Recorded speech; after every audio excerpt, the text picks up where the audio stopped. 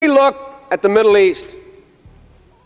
I think it's about time we stop, those of us who support, as most of us do, Israel in this body, for apologizing for our support for Israel. There's no apology to be made. None. It is the best $3 billion investment we make. Were there not an Israel, the United States of America would have to invent an Israel to protect her interest in the region.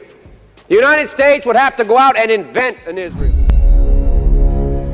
Joe Biden adalah politikus karir yang panjang, lebih dari 40 tahun pengalamannya. Dia adalah Partai Demokrat sejati. Puncak karirnya adalah 2 kali jadi wakil presiden selama 8 tahun dan kali ini dia menjadi presiden Amerika yang ke-46. Di tahun 1986, dia pernah berbicara di Kongres dengan sangat jelas akan langkahnya ke depan terhadap Israel. Dan video di awal tadi ada kalimat bahwa Israel adalah the best investment we make, adalah $3 triliun investasi terbaik yang Amerika lakukan. Ini angka yang gila untuk nilai $3 triliun di tahun 1980-an, di mana saat ini 4 tahun ke depan anggaran perang Amerika itu $3 triliun juga, tapi ini tahun ini. Dan di tahun 1986 angka gila angka tersebut. Katanya jika tidak ada Israel, Amerika tetap harus buat Israel untuk melindungi American interest. Apa sih interestnya Amerika? Interest Amerika adalah mengendalikan energi negara-negara Arab, mengendalikan minyak bumi dan gas negara-negara Arab. Amerika harus menciptakan Israel. Biaya $3 triliun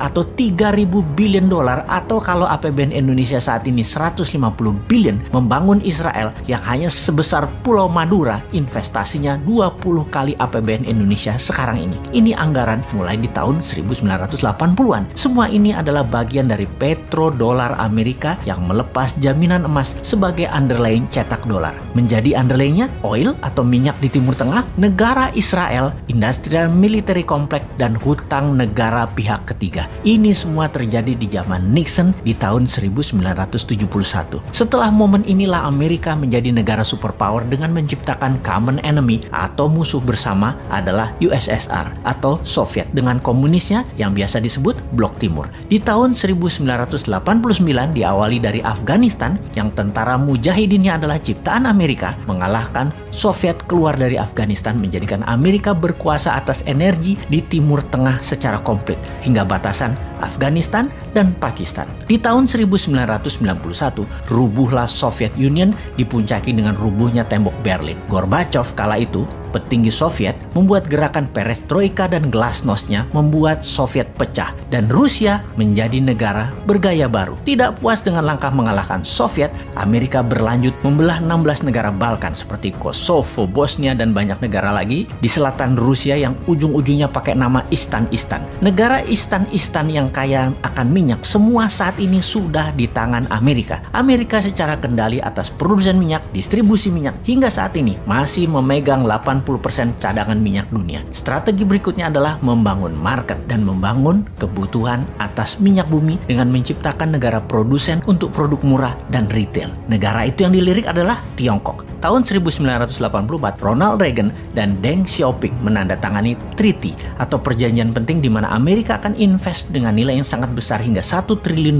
dengan mensyaratkan demokrasi masuk Tiongkok. Deng Xiaoping mengambil keputusan berani akan mengadopsi demokrasi dalam kurun waktu 40 tahun sejak perjanjian tahun 80-an itu. Di mana kira-kira tahun 2020 inilah harusnya Tiongkok sudah menggunakan prinsip demokrasi di beberapa pemilihan kepala daerah. Oke, kita lompati sebentar. Yang didemokratisasi oleh Xi Jinping saat ini adalah demokratisasi talent. Oke, apa itu demokrasi talent? Kita bahas di lain kesempatan ya. Sebentar, kita kembali ke serangan tidak berperi kemanusiaan di ujung Ramadan dari pasukan Israel yang sejauh ini Amerika menganggap tidak masalah, di mana seluruh dunia tidak perlu beragama Islam untuk mengatakan apa yang Israel lakukan terhadap jamaah di Masjid Al-Aqsa adalah tindakan inhumanity atau tindakan biadab, tidak berperi kemanusiaan. Kita, kaum Newman menentang semua tindakan tidak berperi kemanusiaan tersebut dan melawan.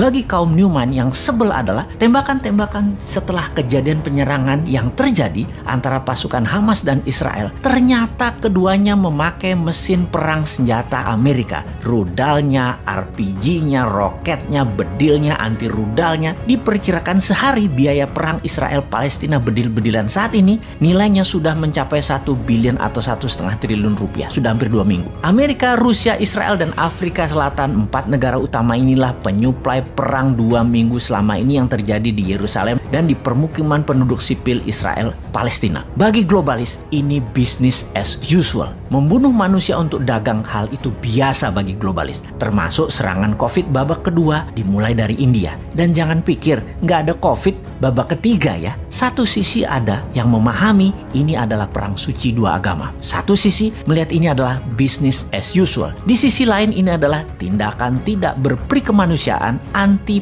pro-life. Di sisi lain banyak bingung, wondering what happened seperti negara tetangga. Sehingga keputusannya salah terus untuk kemajuan bangsa dan negaranya yang dikelolanya.